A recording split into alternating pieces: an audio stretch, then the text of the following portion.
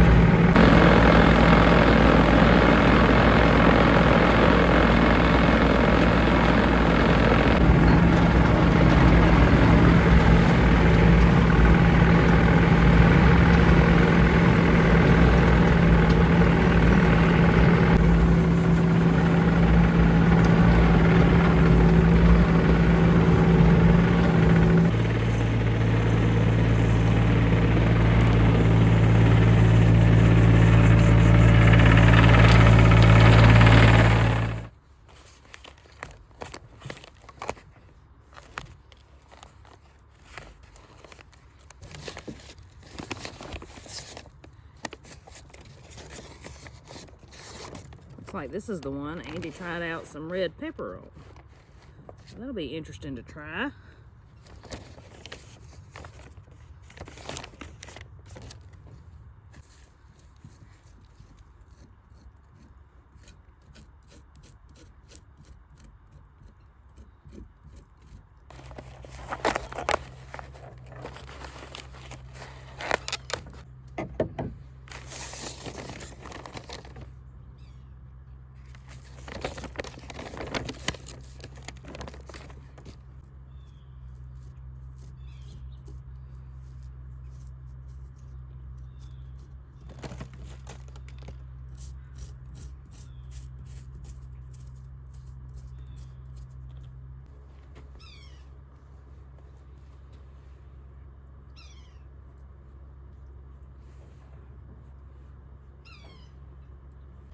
All right, got it all in there. I usually like to smoke my bacon on about 170. I know that's not cold smoked. That's just the way I've always done it.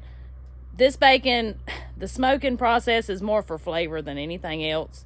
But we'll smoke it on about 170 till the bacon reaches 150 in the middle. I usually go back and forth between applewood and hickory. Some bacon I smoke with hickory, some bacon I smoke with apple. Today I just happen to be using applewood. And I got the smoker full, so it's going to be rocking and rolling with my new pit boss. It's been taking around 4 to 5 hours for it to get done, so hopefully it'll be like that again today. I've noticed with a lot of these smaller smokers, it also depends on the temperature outside. You know, if it's really, really cold, it's hard for them to keep temperature, a consistent temperature. I at least had that issue with my Masterbuilt. The only thing I've noticed with the pit boss on these really cold days is it takes it a while to get there, but once it's there, it pretty much stays pretty consistent. It just takes it a little longer though. Well, I'm getting ready to get back started on a project I started back in the middle of the summer. And here we are now at the end of December. And I just hadn't had time to work on it. But what I'm doing here is give you a little reference of where I'm at. Down here on the bottom side of the horse pasture, or the cow pasture. And I've got a semi-flat spot right here out in the middle of the woods. And you can see I've already cleared this area here, and then there's another little small, can't really see it from here, on the other side of these bigger trees where I've cleared. And so right now I've somewhat got like a horseshoe shaped in here cleared. Since we've actually got rain coming up in the forecast in the next few days, and so I'm scared it's going to end up getting muddier than it already is, I'm going to see if I can't get the rest of this group of trees right here down.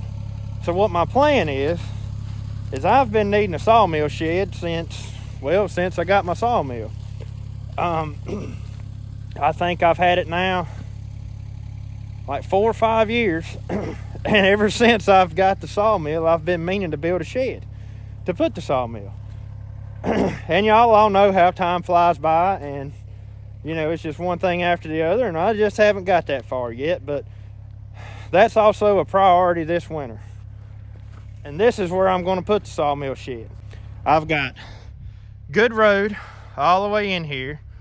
So, you know, I'm not going to have to deal with no bad road to get in here with my logs and anything like that. I'm fairly close to the house. Down here out of the way where it's not going to be in my way of anything up around the house.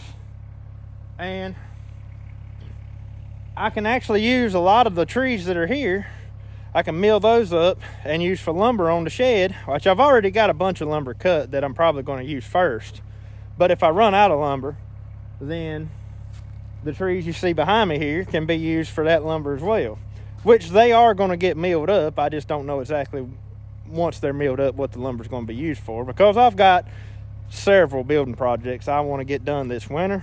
And y'all, my list of what needs to be done around here is probably a lot larger than what it should be, and I'm probably not going to meet that goal, but I've got a very high goal of what all needs to be done around here before spring hits. You can see over there where the excavator's sitting. So all of these larger size pines right here I want to take down. I've got a bunch of little scrubby trees in there as well that really I'll just take them and throw them out there on that brush pile, and we'll burn them at some point. But then we've got one decent sized poplar here that's going to come down. And definitely not today. I don't even know. I'm probably not going to get but just a few trees down this morning. I don't know how much I'm going to get done. It takes a while with this little John Deere 26G to dig out a tree like this. I mean, it does it fine. It's just, you don't get in a hurry doing it. And this is my excavator here. I use it mainly in the landscaping business, but it comes in extremely handy around here as well. So, you know, it's nice to have the ability to have access to equipment like this. I've got this large pine right here that I want to take down. That one's going to make some pretty good lumber right there. That's a good sized pine. I'm not sure if I'm going to take out this little cluster of trees right here yet between here and the road. I may leave those there. But then my big boy is this big red oak right here.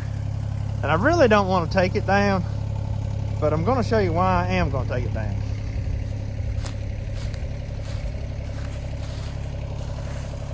Y'all see which way that thing's leaning, right? All that weight up there at the top of the tree, and it's all leaning that way. And that's where I want to build my shed. You know what'll happen once I get the shed built? If I don't cut this tree down, and red oaks are prone to dying around here. I don't know if they get a disease or what, but they're bad about falling, especially when they've reached this size right here. So I can just see it now.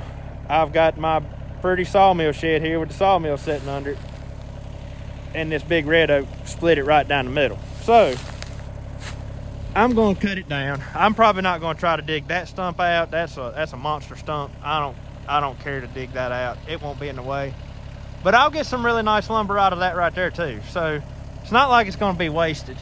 And all that up there around the top, all those big limbs and everything, that'll make some really nice firewood. That's definitely not going to be in today's video either. my main goal today is to get some of these pine trees right here out. I don't know how much I'm gonna actually get done today. Like always, I've probably got more. I'm probably hoping to get more done than I'm actually gonna get done. All I can do is just work at it and see, peck along with it. And hopefully I can build it big enough that I can put other stuff under it as well. It won't be just a sawmill shed. And as y'all know, my sawmill is mobile, so it's not gonna be like a permanent home for it. It's just gonna be a place where it stays. I'm gonna have it set up to where I can saw under the shed, but then, you know, I'll still be able to hook to the mill and take it out on a job or to a different place or whatever and be able to mill there too.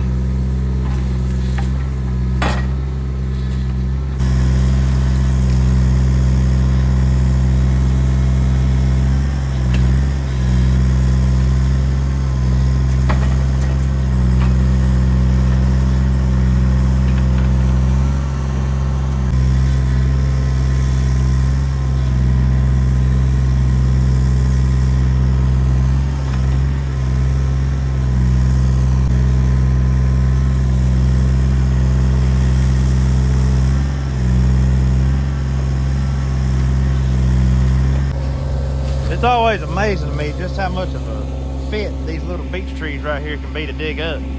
I guarantee you this tree right here is just as hard to dig up as that big pine right there. These beeches, they got some roots, man. They don't play. Even that little beech right there is probably gonna be somewhat of a struggle to get up with that machine. Like I said, this is a little bit big of a job for a machine like this, but it's what I've got. If I was going to rent a machine or something like this to do it with, I would definitely rent one bigger than this one. But this is what I've got to use, so it's what I use. But anyways, this would be a heck of a lot faster job if I had a bigger machine to do it with.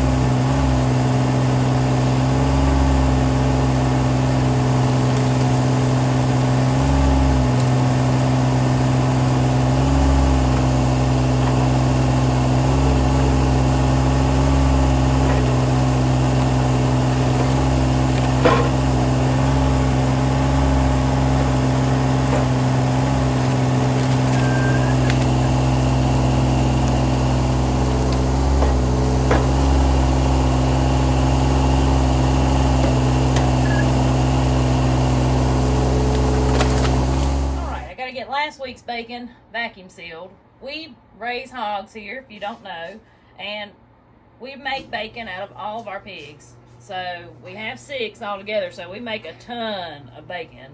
And honestly, it lasts us about a year. I only have maybe 5 or 6 packs left from last year. So let's show y'all what it looks like. Now what I have here kind of stacked on top, these pieces here, these are the end pieces of the bacon that once it gets so close to the slicer, you can't really slice any more off of it. This is really good seasoning for beans, green beans, anything like that. Or if something calls for like chunks of bacon, like soups or things, I can just chop that up and in fine little chunks and fry it in a frying pan. So I'm just going to set that stuff to the side right now. So So I'm going to show you some of these beautiful bacon slices we've got here. This is actually a pretty big piece. They don't all look like this, but this is kind of our finished product of what you see me doing out in the smoker today. And you'll probably notice on this bacon that it is not the color of the bacon that you get from the store. And the reason being is when we cure this, it's literally with just plain salt. There's no curing salt. There's no nitrites, which is what's bad for you and what they inject in store-bought cured meat. You know, all it is salt, brown sugar, little pepper, and there we go. Let's go ahead and get this. Let's see if I got enough room on my little bag here. Yeah. And I try to do it in small packs like this, little compact packs, because it saves room in my freezer. And when you raise all your own meat, I'm gonna tell you something, freezer space is precious, precious. There's a better looking piece. It's not quite as big and wide as that other piece I just showed y'all. That right there is a fine looking piece of bacon. Yeah, that'll work out a whole lot better there.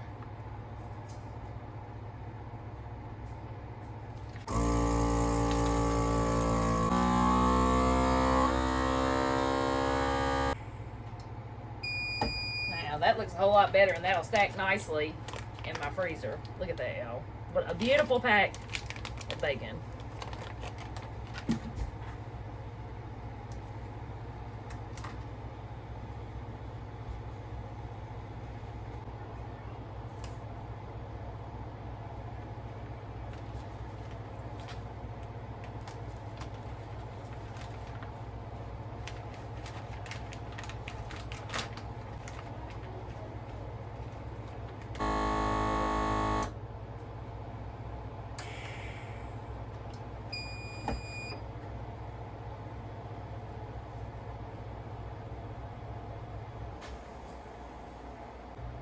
I believe I've about decided for lunch today. I'm going to fry me a few pieces of this.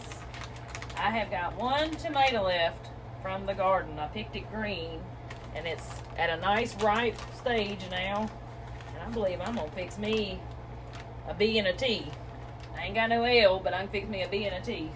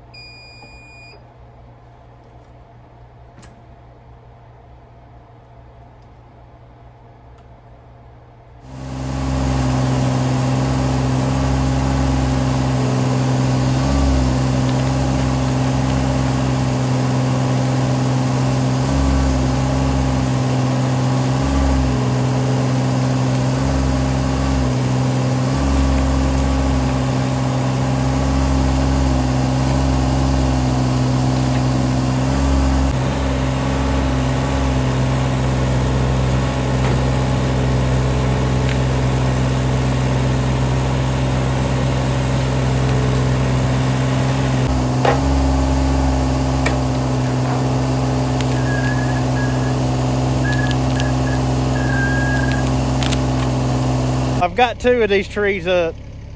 Like I said before, them little beech trees, man, they've got some roots on them, and they are a hard wood. And it's just tough to dig those things out with this little thing, but we got it. That other one is a river birch.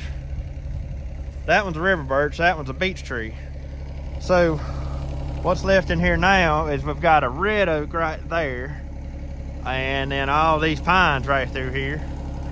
And that poplar right there is probably going to give me some trouble too. That's a big size poplar for a little machine like this. The rest of this, who knows how long this is going to take. It's done took me, I think, 30 minutes to get those two trees right there out.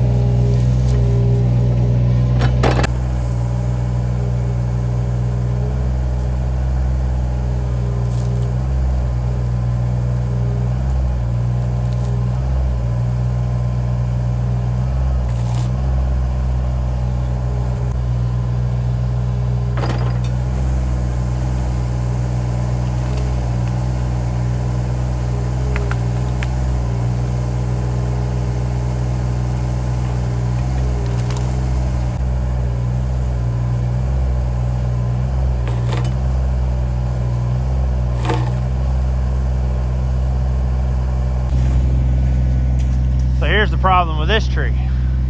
It's hung up there in the top of that red oak. I'm pretty confident I'm gonna get it down. It just takes a little more pushing.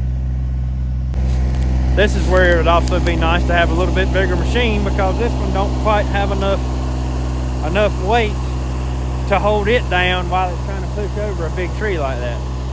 I've pretty much got all the roots and everything broke loose. It's just that up there is what's holding it. Now, don't get me wrong, guys. I know I'm very lucky to be able to have something like this here to work with. I'm just saying, you know how us boys with us equipment is. Bigger, most of the time, is always better.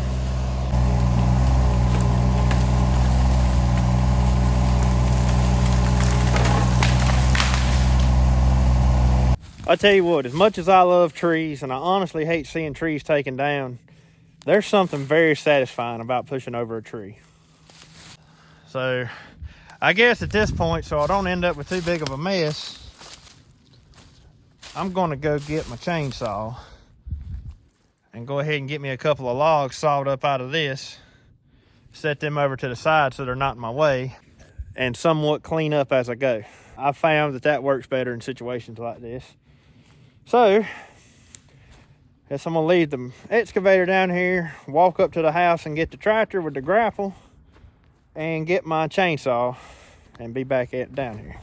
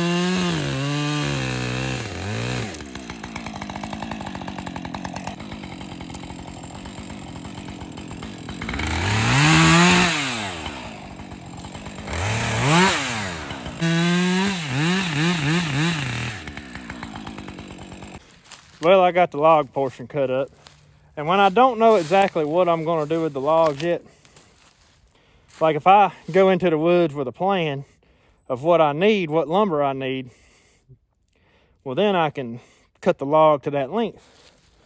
But right now I'm not 100% sure what needs to be made out of this. I just know it will end up on the mill. So what I do is I cut up as long a sections as I can without having crooks in it. So right here we've got two 10-foot sections and we've got two 8-foot sections. And this log may not really show up well on camera here, but there was some crooks in the log. So that was about the longest sections I can get without having a major crook in the log. So I get these logs out of the way, then I work on getting that tree top up out of the road there, and I think I'll just take the tractor and tote it out there and put it in that brush pile for now. At that point right there, this one right here is actually just a little bit too small for a saw log, but it'll probably make some good siding boards. But that right there, that's no good to put on the sawmill. And pine is not really used for much firewood around here either. So I'm just gonna put it on the brush pile and deal with it later.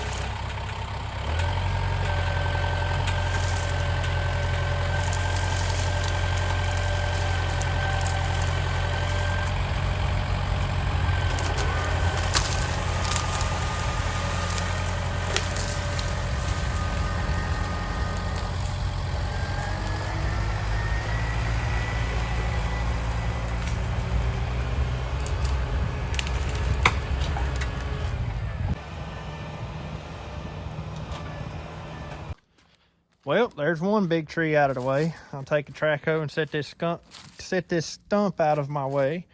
Try to get that hole filled back in a little better. And then we'll get to work on the rest of them. We've still got 1, 2, 3, 4, 5, 6, 7, 8, 9 big ones left. So I'm gonna get to work and I'll catch back up with y'all in a little bit. So now we're gonna fry us a few pieces of bacon here. Now, one thing with homegrown bacon is you got to make sure you cook it slow because it'll burn super quick. And also, I forgot to video y'all, but my other bacon, my bacon slabs, they've reached 150. So now what I do from here, I'll let them sit here on the counter for probably an hour or so, let them cool off enough that I can stick them in the refrigerator. You want to let your bacon cool at least overnight. It just makes it so much easier to slice when it's cold. I'm going to let my pan heat up here. It's a fine piece of bacon.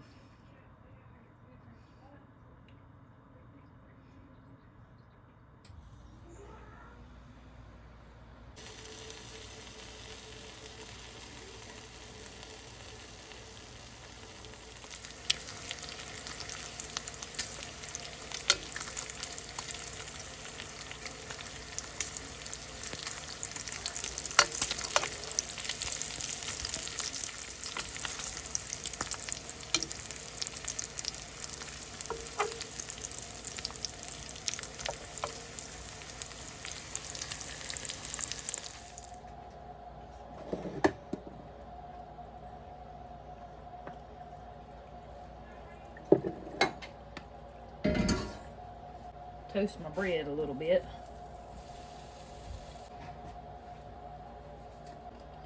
A little mayonnaise.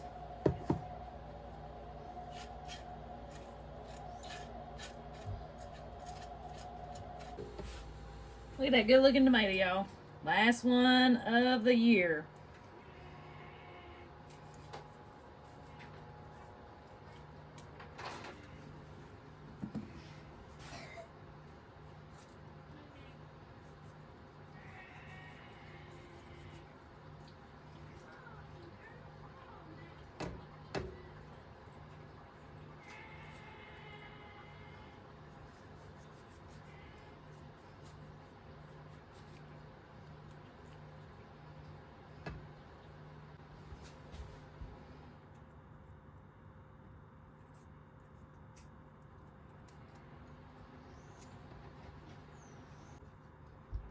I want y'all to look at that right there. Now, it don't get no better than that. Can't buy that at the store. That's for sure. Can't wait to dig in.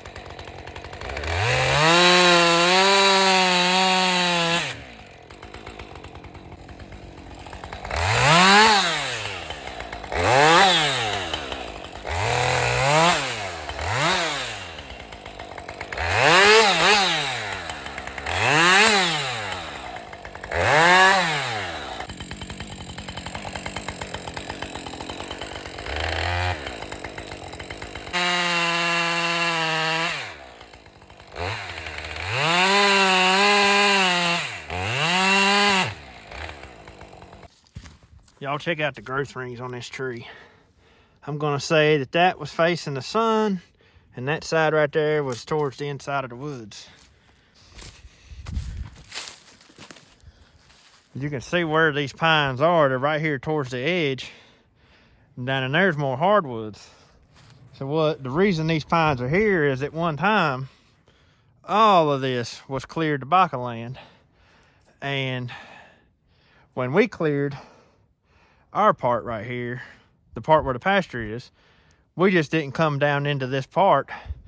So these pines have just stayed here. Like I've told y'all before, where our pasture is used to look like that right there. Well, I'm assuming that these pines right here probably grew up around what was once the edge of the tobacco field. And that pine right there must have been right on the edge. Hence its growth rings, because part of them grew faster. I mean, half the tree grew faster than the other half of the tree. It's fun to look at growth rings and stuff like that, though, and you can tell how long a tree's been there, and wet years, dry years. Let's look at that real quick. So according to these growth rings, looks like the first several years this tree grew really fast. And then you see this right here, they're a little bit closer together. I'm gonna say that maybe that was a couple of dry years right here. And then look at this, how much they spread apart. Must have had some nice wet years those years. And then once the tree gets bigger, your growth rings start getting closer together, because just naturally, the bigger the trees get, the slower they tend to grow outwise. But anyways, that's just pretty cool to look at there. Let's see if we can count. We got 1, 2, 3, 4, 5, 6, 7, 32, 33, 34, 35, 36, 37, 38, 39, 40, 41, 42. So that tree is 42 years old. So that pretty much tells me, like I said, I'm going to assume that these trees started growing around the edge of the tobacco field. So it started growing up around 40 years ago. And as time went on, the edge of the field, probably the limbs coming out into the field and everything, just kept creeping in. I've seen it happen many times. And instead of going back around and cleaning all that up, they just kind of let it go. And so, the trees that we cleared out here in this other field weren't as big as these. They were a lot smaller. They were probably more like 30-year-old pines. But anyways, that's just interesting, the story that the tree rings can tell. At least I think it is. That means that tree right there is 4 years older than I am. So it's pretty cool to know that this tree, when I was born, this tree was just a little old sapling. I think that's pretty cool. Anyways, I get my logs out of here, and I've got, just like always, I've got something else I need to go do. So I'm not going to get to spend a whole lot more time on this little job right here, but maybe I can get back at it a little bit later this evening. I don't know. But either way, I'm going to get the logs up, go ahead and get my brush up. I've got a tree top right there I got to get out, and I need to get this poplar out. But if I don't do nothing else, I'm going to at least set my logs out of here, and I may not get the brush up. I don't know.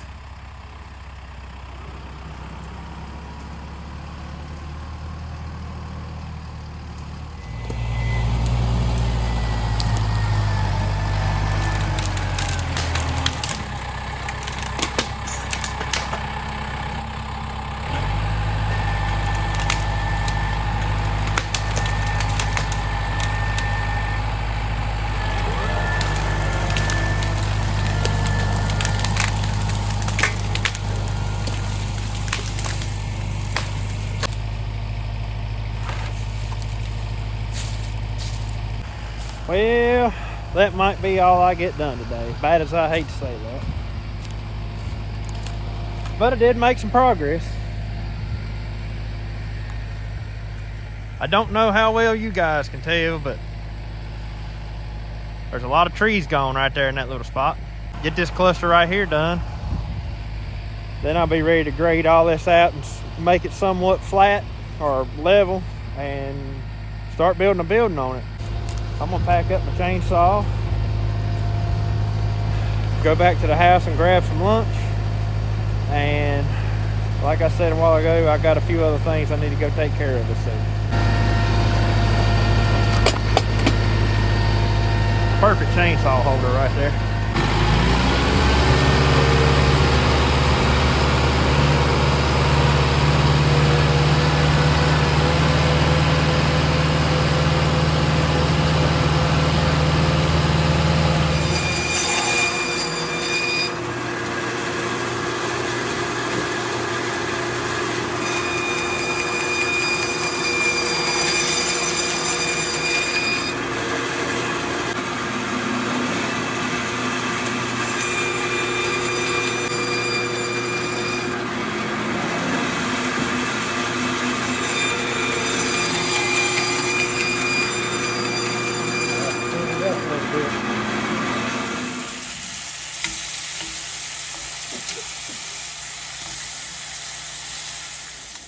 Well, y'all, it has been a busy evening. We have actually been slicing hams this evening, slicing country hams. And y'all, we just have to look for an upcoming video on that. We've got a whole full video coming out on the details of a country ham. So, like I said, keep your eye out for that. Now we are putting together biscuits. To feed the working people again. To feed the working people again, because tomorrow we will be finishing off our last 2 pigs and we'll be done. So, anyways, it's going to be another busy day tomorrow. Yes, it is. But guys, I hope you enjoyed the video today, and I hope you might have learned a little something. And, well, till we see you on the next one. Y'all have a good one. Have a good one.